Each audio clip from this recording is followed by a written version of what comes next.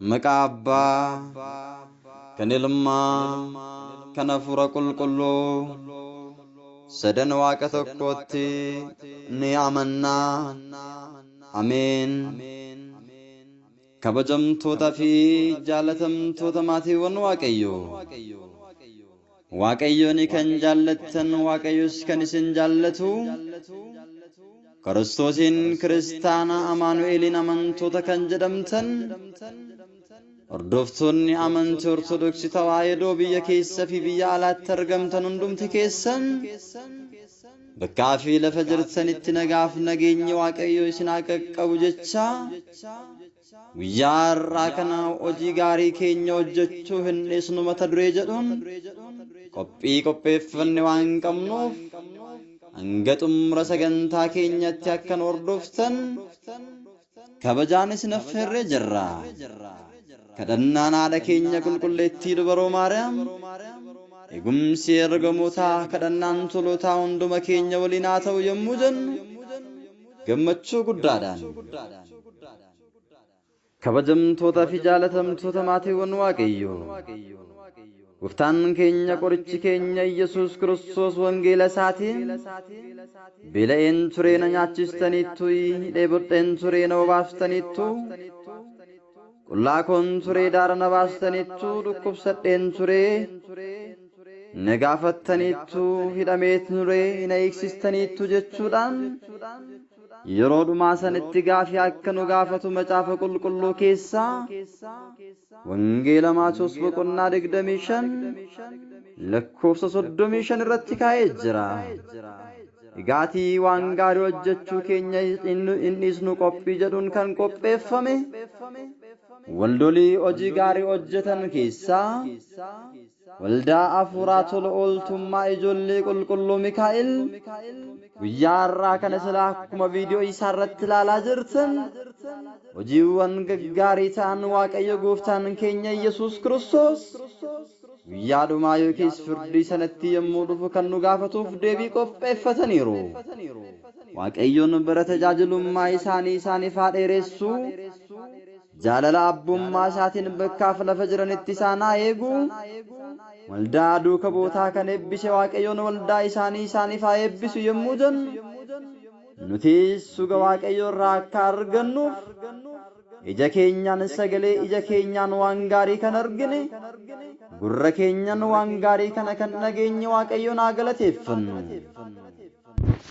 Kabajamtootaaf jaalatamtoota maatiiwwan Waaqayyoo. Waldaan Hafuuraa Tola Ooltummaa Ijoollee Qulqulluu Mikaa'el erga hundeeffamee waggaa 3 yommuu ta'u sababa hundeeffama kabaja waggaa 3ffaa isaa sababeeffachuudhaan qophii kana kan isiniif qopheesse yommuu ta'u waldaan kun kanaan duras iddoo adda addaatti gubaa'ee qopheessuun saba sagalee Waaqayyoo dhoobatanii jiran barsiisa. Warreen beela'anii beela baasaa, warra dheebotan dheebuu baasaa kan ture yommuu ta'u hundeeffama waggaa 3ffaa isaa sababeeffachuudhaanis guyyaa har'aa kana namoota adda addaa walitti qabuudhaan warra nyaata hin qabneef nyaata, warra dhugaatii hin qabneef dhugaatii, warra dheebotaniif dheebuu baasuudhaaf, warra daaranitti uffisuudhaaf qophiin inni qopheeffate kana fakkaata. Sababiin isaas maali yoo jettan macaafa qulqulluu keessatti akkas jedha. Badhaadhummaa guddaa irra maqaa gaarii wayya, meetii yookiin warqee irra faara tolaadhaan ilaallamu wayya. Isaan lachuus Waaqayyotu uume waan ta'eef sooressii fi hiyyeessi wal qixxeedha. Namni hubataan wanta hamaa hin arga, jalaas ni dhokata. Namni wallaalaan garuu ittiin ni adabama jechuudhaan macaafa fakkeenyaa boqonnaa 22 lakkoofsa 1 hanga 3tti yommuu dubbisnu waa'ee hiyyeessotaa fi sooressotaa lamaan isaaniiyyuu fuula Waaqayyootti qixxee waan ta'aniif isaanis suga Waaqayyoo irraa argachuudhaaf hojii kana qopheessuun soora jireenya bara baraa akka Waaqayyoon isaan sooruuf soora foon isaaniitiif ta'u isaaniif kennaniiru. Gooftaan keenya uumaan keenya waadaa inni nuuf gale yommuu ilaallu nama beela kan baase ani bisti jireenyaa nyaachiseen beela isa baasa. Nama dheebotee dheebuu kan baase ani immoo bishaan Eden gannat keessaa burqoo baaseeti nan dheebuu isa baasa. Nama maqaa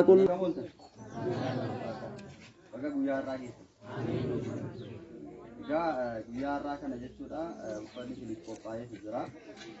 Uffata kana immoo kan isinii qopheessite hunda keessaniif jechuudha akka isin ga'uu danda'utti kan argitan ta'a waan ta'eef iyyuu obboleettii keenya Indaaletti Damisee Walatta Maariyaam jedhamti. Mee sirriitti obboleettii keenya kana nuuf eebbisaanii jalqabatu.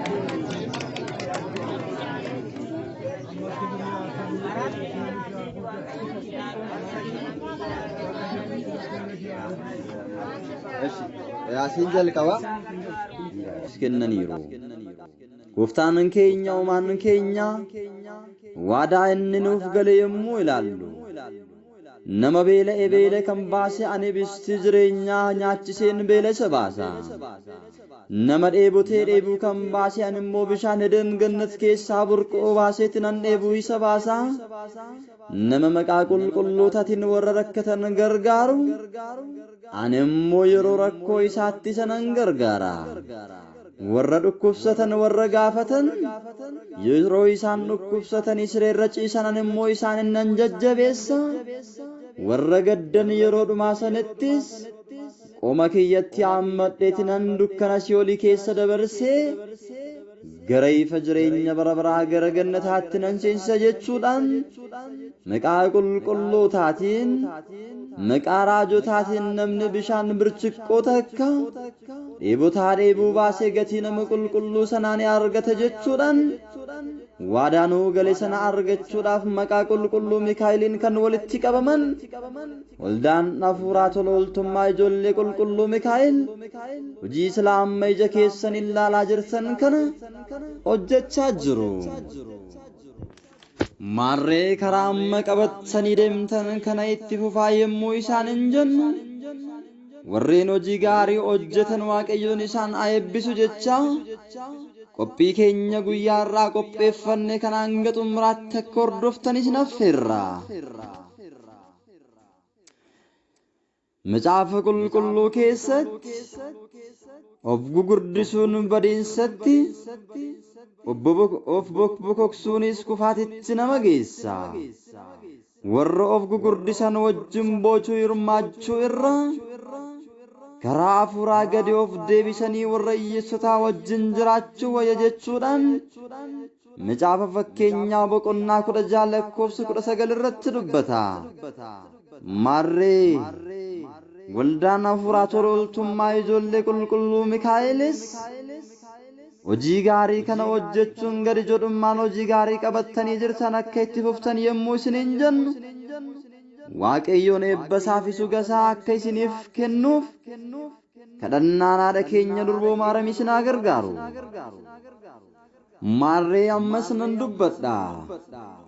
Ati warra ofii isaaniitiif dubbachuu hin dandeenyeef dubbadhu. Warra abbaan irra hin jirreefis dhugaa isaanii eegifi isaaniif dubbadhu firdii qajeelaas isaaniif kenni. Warra hiyyeessotaa fi warra wanta barbaadan dhabaniif falmi jechuudhaan macaafa fakkeenyaa boqonnaa 31 lakkoofsa 8 hanga 9 yommuu dubban warra hiyyeessotaaf akka nuti dubbachuu qabnu nutti hima.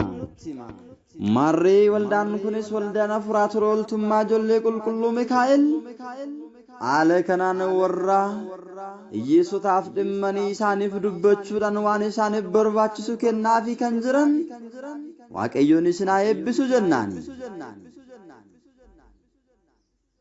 Waaqayyoo lachuu isaaniif iyyuu agartuu waan kenneef hiyyeessi fi inni hiyyeessa cunqursuu waluma qixxeedha. Mootiin hiyyeessa firdii dhugaa yoo kenne mootummaan isaa bara baraan jabaatee dhaabbata jedha. Macaafa fakkeenyaa boqonnaa 29 lakkoofsa 13 hanga 14.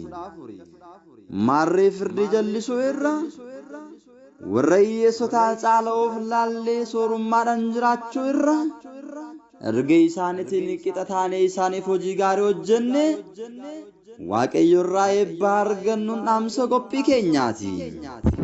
Kabajamtootaa fi hordoftoota qophii keenya guyyaa har'aatti akka waa barattanii fi hubattan abdii qabna.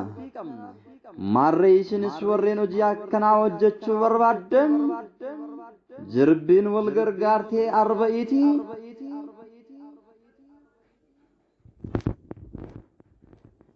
Mixiin wal qabattee lagaceeti akkuma jedhamu maarree koottaa waliin taane hojii gaarii hojjechuudhaan mootummaa Waaqayyoo haa dhaallu yommuu jennu gammachuu guutuudhaan. Egaan kabajamtootaaf jaallatamtoota hordoftoota qophii keenya guyyaa har'aa kana akkuma argitan waan sadidha kan raawwatamu. Inni jalqabaa waldaan hafuura toltummaa ijoollee qulqulluu Mikaa'el nyaata isaaniif barbaachisu erga isaaniif qopheessee booddee sagantaa kanarratti hirmaachuudhaan bakka bu'iinsaan kan hojjette obboleettii keenya Abbabuu Daraaraa Walatte Maariyaam yommuu taatu itti aansuudhaan immoo uffata kan isaaniif barbaachisu bakka bu'ummaan waldaa kana keessaa suga kan fudhatte obboleettii keenya Indaalech Damisee Walatte Maariyaamidha.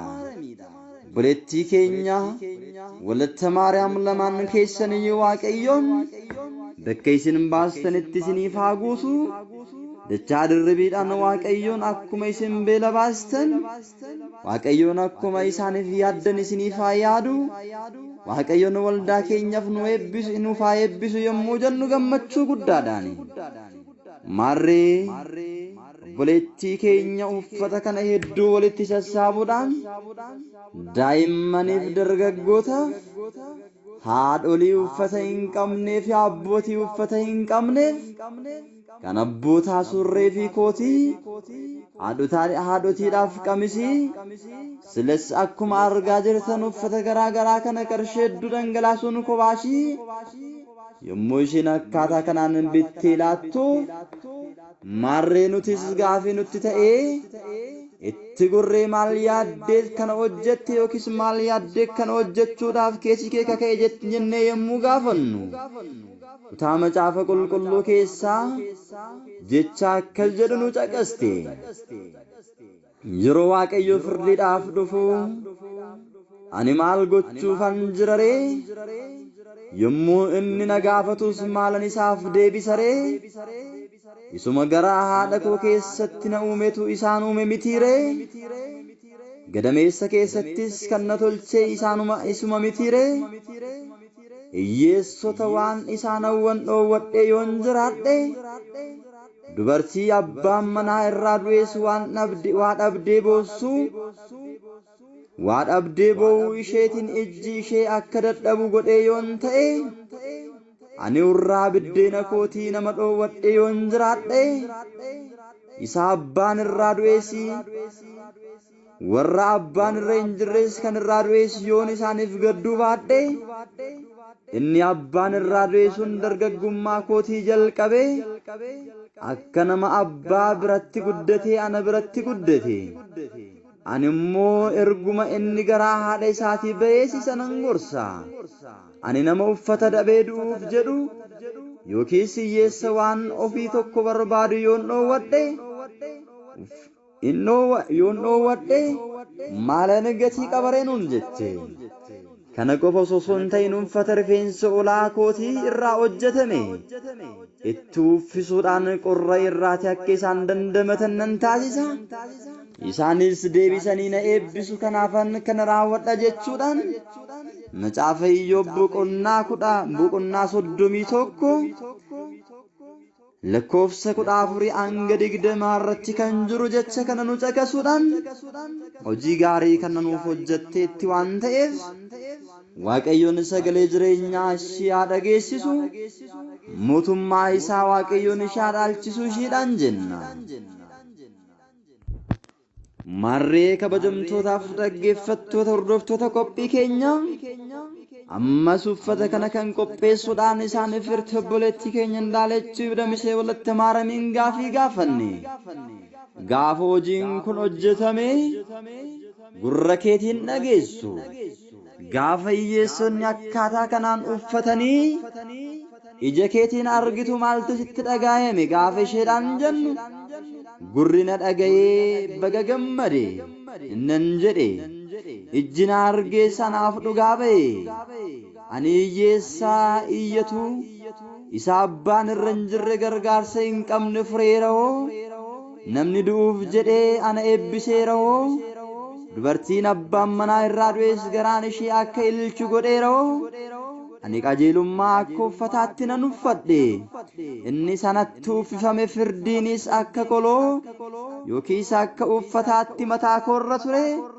Anis warra jaamotaaf ija warra naafotaafis miilan ture. Kanaaf hojii gaarii arguu kiyyaaf baay'ee gammadeera. Gurri na dhagahee na gammade. Ijji koos argee dhugaanaaf ba'e jechuudhaan macaafa Iyyoob boqonnaa 29 lakkoofsa 11 hanga 15 irra jiru nuuf laatte. Marree kabajamtootaaf hordoftoota qophii keenya isinis qophii keenya kanarraati akka waa barattanii fi waa hubattan abdii guutuu qabna. Uffanni isinii ta'eerami?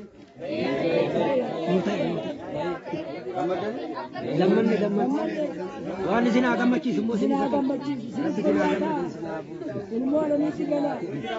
jiraadha ayyaa argadha. Eebbisaa qaamaan sirriitti.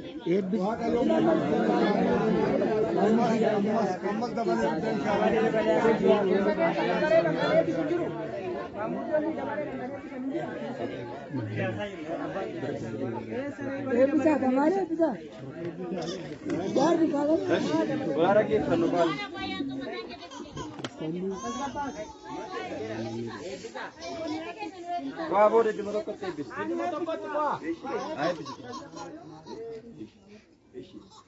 Waaqni nagaan nu hojjete nagaan nu hojjete waan nagaan nu hojjete nagaan nu hojjete yaa waaqni nagaan nu hojjete yaa waaqni biyya nagaa hojjete yaa waaqni ijoollee kun daaraan waatanii daaraa baati ati murtii isaanii guddisi yaa waaq guddisi yaa rabbi guddisi walii galtee isinii haa kennu wanti walii galtee isinii haa kennu fayyaa isinii haa kennu gaara gaaraatti nu ibsanii gaara waan alamii si ta'u karaa nagaa sinaadeen wanti karaa nagaa sinaadeen akkanumatti mirtiin keessa naa guddatu walii galtee sinii haa kennu wanti walii galtee sinii haa kennu walii galtan qabaannan nu uwwiftanii daara kana fakkaatu wanti walii galtee sinii haa kennu biyyi keenya nagaa ta'u Itoophiyaan nagaa ta'u siniin nagaa ta'a sinaa guddisu wanti sinaa guddisu mirtiin keessa naa guddatu walii galtee sinii haa kennu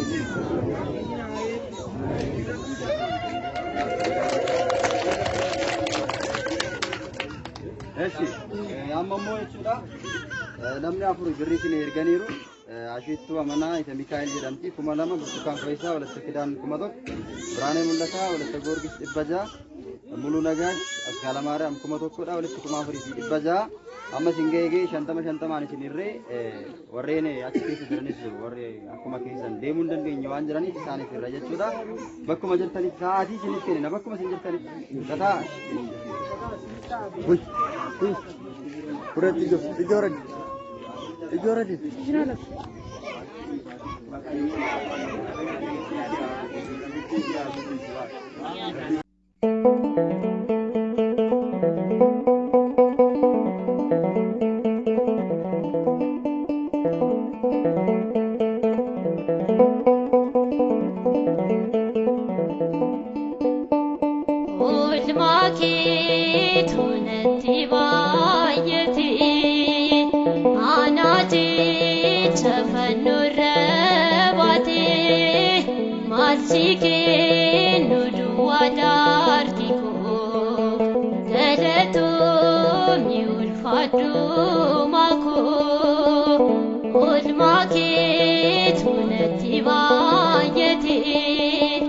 Ana je chafanurra ulte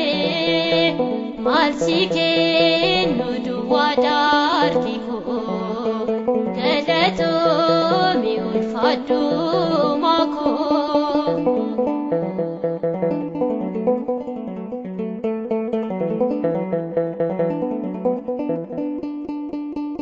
Hammamne majalatus kennamaadhuun jiru kan qabu kennaa malee foon isaa namaaniru kan kee garuu addadha foon kee addunyaaf laattee akkan fayyee dhaabbadhuuf dhiiga kee na obaastee oolmaa keetu natti baay'atee anaa jecha fannoorra ooltee maal si kennu duwwaadhaati koo galatoomii ulfaadhu makoo.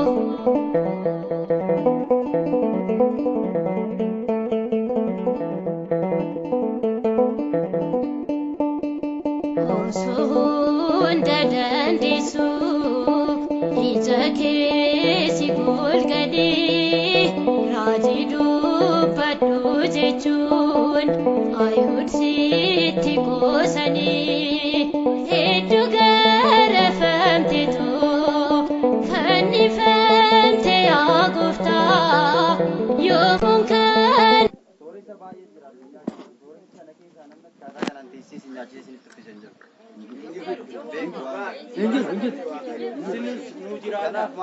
Ammallee dabalee haa kennu.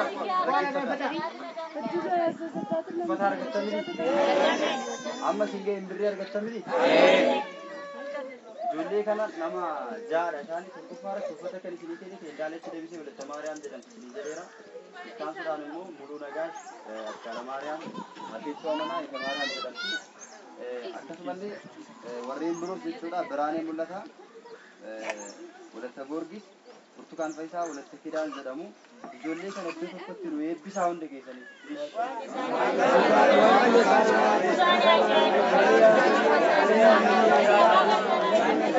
Dabalee haa kennu.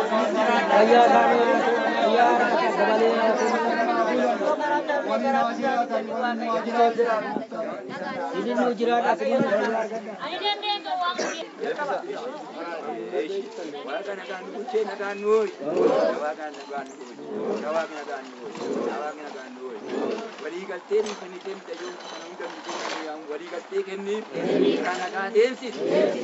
kanarraa guddisiin gabaa guddis garabbi guddis gaara nu uwwiftee daaraa uwwis walii galtee isinii haa kennu biyyi keenya nagaa ta'u beesa kiristaaniin keenya nagaa ta'u nama guddatu ta'a daandii nagaa kanarraa isin haa guddis hedduu kan nyaatirraa dha'u waan isin haa guddis waan isin haa guddis birtii keessan haa guddatu waan isin haa guddis isin haa eebbis waan isin biratti immoo isin ta'ee isin haa eebbis.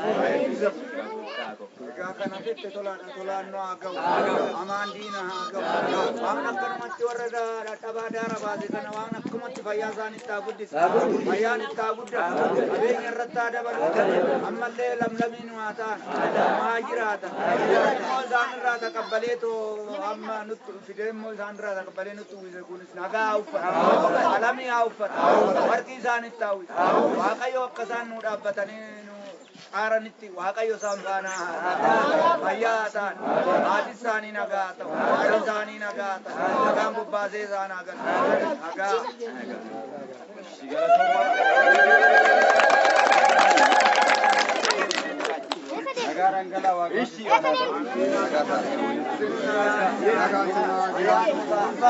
Kabajamtootaaf hordoftoota qophii keenya qophiin qopheeffanne kanumaatiin kan xumuru yommuu ta'u sagantaa keenya waan gaarii hojjechuu keenya hin dhiisnu jedhuun kutaa biraatiin hanga walitti deebinutti nagaadhaan turaa yommuu isiniin jennu gammachuu guddaadhaan jaalalli Waaqa Abbaa tokkummaan Waaqa Ilmaa kennaan Hafuura Qulqulluu kadhannaan haadha keenya qulqulleettii dubaroo Maariyaam eegumsi ergamootaa kadhannaan tolootaa hunduma keenya waliin haa ta'u hanga bara baraatti ameen.